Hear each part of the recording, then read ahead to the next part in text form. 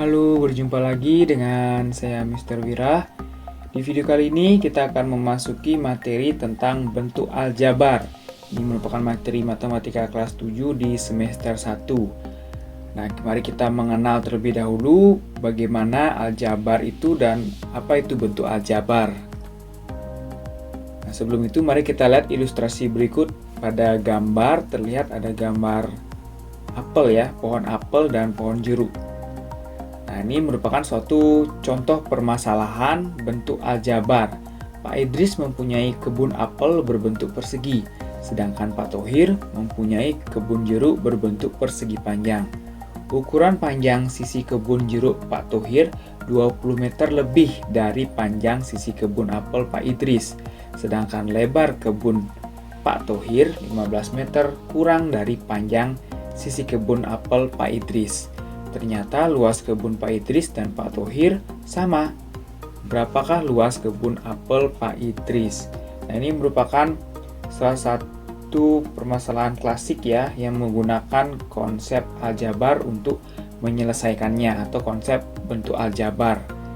Nah, bagaimana cara kita menyelesaikan permasalahan-permasalahan seperti ini? Mari kita mengenal dulu mengenai aljabar itu sendiri. Nah, aljabar merupakan salah satu cabang matematika dalam pemecahan masalah dengan menggunakan huruf-huruf mewakili suatu bilangan yang belum diketahui.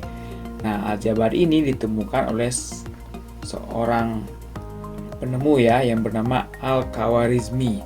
Nah, inilah wajah atau gambar dari penemu aljabar.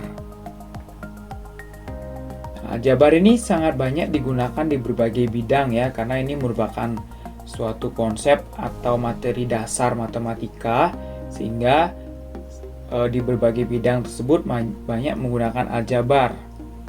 Contohnya ini beberapa contoh bidang yang menggunakan aljabar untuk menyelesaikan suatu permasalahan. Yang pertama tentu di bidang sains. Nah, ini pada bidang sains bisa mempermudah merumuskan formula sains dan menggunakan konsep aljabar tersebut ya untuk mengubah atau merumuskan formula-formula. Berikutnya di bidang ekonomi juga konsep aljabar sangat sering digunakan. Salah satu contoh yang simpel yaitu saat kita ingin mengatur keuangan sendiri ya, misalkan ingin mengatur tabungan sendiri atau dan lain sebagainya, itu secara tidak langsung menggunakan konsep aljabar di baliknya.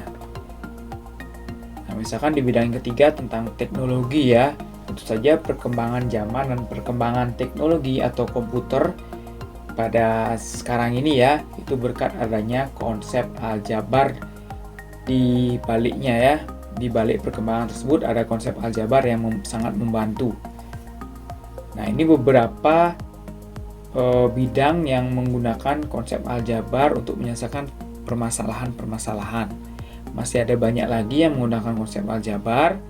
Jadi mari kita mengingat kembali sebelum masuk dan membahas lebih lanjut mengenai bentuk aljabar. Kita ingat kembali mengenai operasi hitung di bab pertama.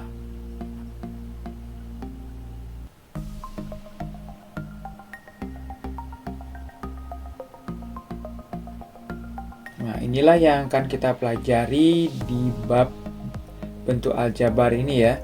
Di bentuk aljabar yang pertama kita akan pelajari tentang unsur-unsur bentuk aljabarnya. Yang berikutnya kita akan menyelesaikan atau bagaimana cara mengoperasikan bentuk aljabar ya, terutama penjumlahan, pengurangan, perkalian, pembagian, dan pangkat. Dan yang terakhir kita akan membahas sedikit tentang bentuk rasional dari suatu bentuk aljabar. Nah, sekian untuk pengenalan dari bentuk aljabar di video kali ini. Untuk video berikutnya kita akan membahas mengenai pengertian dari bentuk aljabar. Sampai jumpa di video selanjutnya.